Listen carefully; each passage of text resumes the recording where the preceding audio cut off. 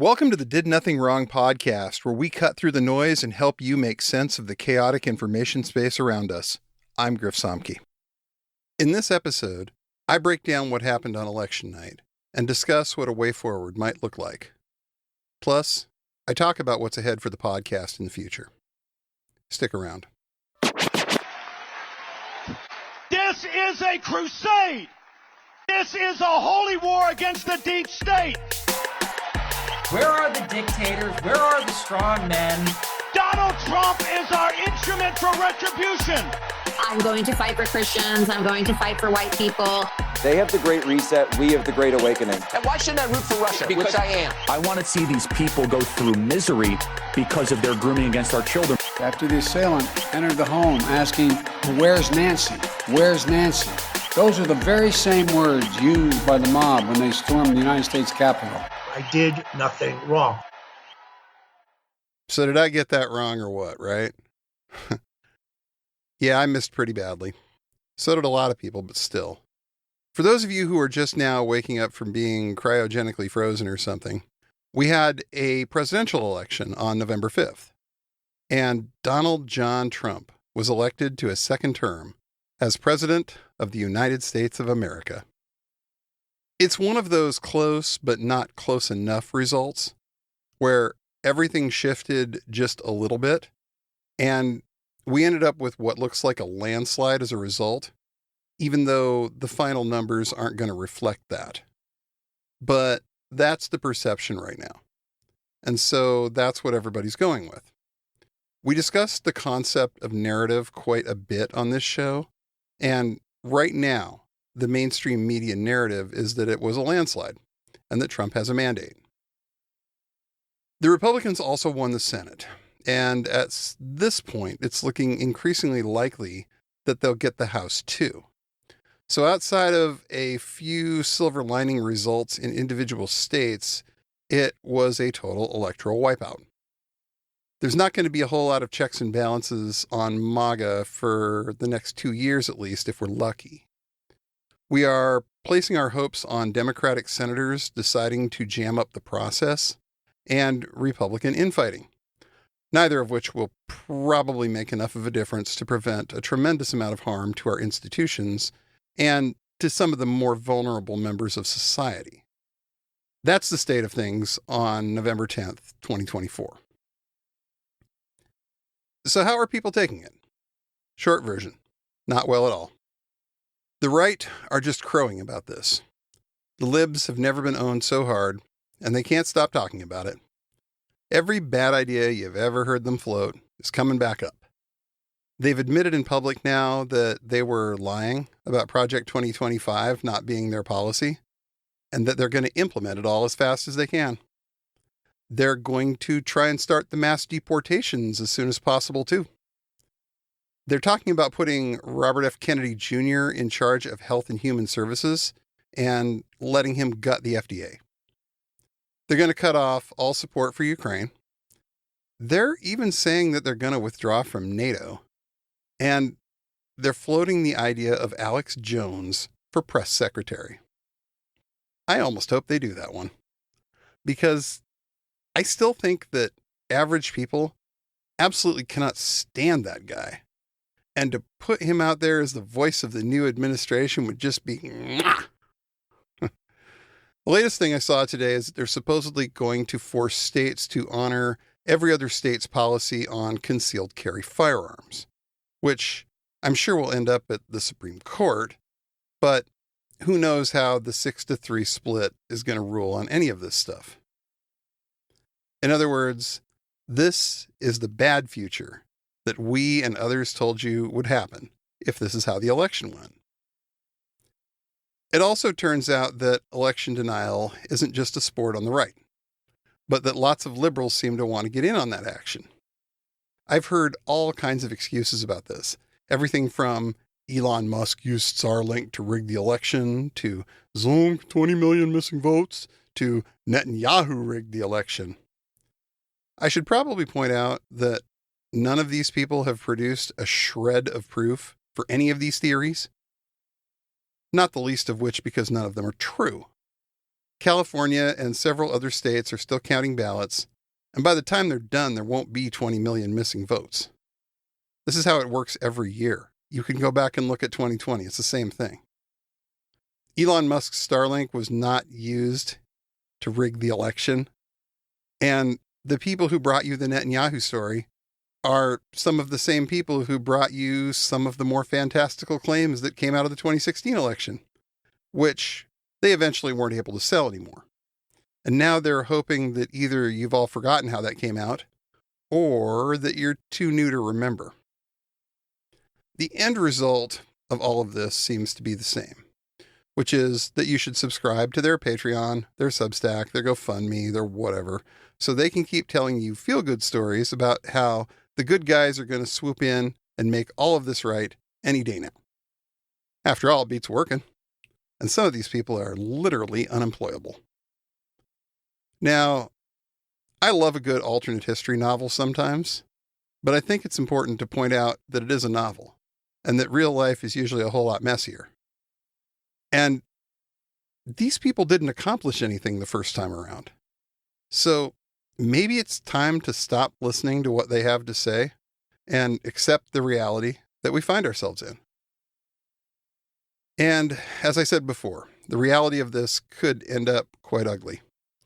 If you live in a state like Florida, Texas, or Idaho, or many others, shit was already real. But now it gets really real because there isn't any meaningful check on what they're allowed to do for the next while. And as a result, people are going to die. Women are going to die. Children are going to die. Disabled people are going to die. Immigrants are going to die. LGBTQ people are going to die. But for the people who engineered this win, that's not a bug. That's a feature. Besides, these people didn't vote for them anyway, so fuck them, right? That's where we're at. It's overwhelming when you contemplate the scope of it. The entire thing is designed as shock and awe, and make no mistake, they want you paralyzed with fear and self-doubt. They want you to believe, as George Santos' former communications director said to me recently, that MAGA is inevitable. Hi, Vish. Because when you do that, their work gets easier. Some of the stuff that they want to accomplish gets very hard once there is even a little bit of pushback. So convincing the people who might push back that it's hopeless and that there's no point becomes a priority for them. Hence the rhetoric about how MAGA is inevitable. But as the old saying goes, if the situation was hopeless, their propaganda would be unnecessary. The fact that even after a win like this, they still feel compelled to try and make you acknowledge it and try and force you off the field tells you everything you need to know about how confident they really are. Because if they were really as confident as they want you to think they are, they wouldn't need your approval. They wouldn't even need your acknowledgement. Yet they continue to seek it. Ask yourself why. And this leads me to the what comes next part of all of this. I think the first thing I recommend is not acknowledging them. I'm not saying deny the results of the election because obviously we lost and it's not going to do anybody any good to pretend otherwise. I'm saying that we should essentially go on with our lives and not give anything that they're doing any of the essential oxygen that they want us to give it. Because MAGA as an ideology requires opponents. It is a state of permanent offense. These people live by Roger Stone's rules, the most important one being attack, attack, attack, never defend. So what do they do if there's nobody and nothing to attack? It's actually pretty simple. They attack each other. Because they can't not. First, they'll attack the people they perceive to be rhinos, or Republicans in name only. But there's only so many of those left these days. If you're a Republican member of Congress, the question isn't, are you on the Trump train? It's what car on the Trump train are you riding in? And are you close enough to the front that everyone can see you and know that you're loyal? Because those are the people who are going to get attacked next. The people who are perceived as being insufficiently loyal to MAGA. And the people who are going to be making those judgments are the Laura Loomers and the Alex Joneses and the Tucker Carlsons. We saw this happen with the people who supported Ron DeSantis in the primary, with the people who supported Nikki Haley in the primary. All of these people are in extremely bad odor with MAGA. And it's going to affect their future job prospects on that side of the fence. They aren't going to stop. They're going to go through the entire roster and they're going to make sure that everybody is loyal and they're going to get rid of anybody who isn't. So they're going to tear each other to shreds. And my advice, let them do it. Let them fight, as a wise man once said. Because the more time they spend fighting with each other, the less time they have to spend on harming vulnerable populations. I mean, there's only so many hours in a day, after all. So if we get the chance, we should encourage this sort of thing. Not fight them directly ourselves, because that's what they really want. But point out all the pernicious disloyalty from other people who are on their side. You going to take that? Getting them doing a purge takes their attention away from what we're doing. And it'll increase the paranoia and fear on that side of the fence. If they're forced to engage in some really nasty political games to try and figure out who's loyal, who isn't, there's no way this doesn't benefit us. But in order to get the most out of this strategy, we need to stay focused as well. And that means not chasing rabbits down rabbit holes about things like stolen elections. We need to understand that a lot of Americans heard what we had to say about this guy and either didn't care or they liked it. That's a tough pill to swallow for me, for everyone else, but we need to swallow it because we're not going to get better if we don't take our medicine. And part of that medicine is understanding that a lot of our messaging just didn't work this year. We need to figure out why. And we don't have a whole lot of time to do it because in the bad future, we may be simply struggling to survive and not have the bandwidth or energy to devote to these kinds of questions. So how do we survive?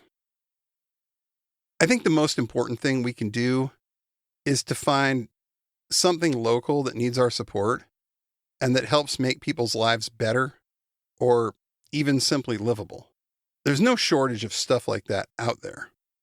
Lots of nonprofits need volunteers. Lots of great projects out there are looking to have to shut down now because they don't have the money to keep going. And they're sure as hell not going to keep getting grants under a new Trump administration. We can blunt this somewhat if we take the money we send to the big institutions and the shitty grifters that I mentioned earlier and send it to people who uplift our communities. If all you've got is the time to send money, then that's great. If you could also maybe carve out a couple hours a week to go in and do work in person, that's even better. And it'll make a huge impact, not just in your community, but on you.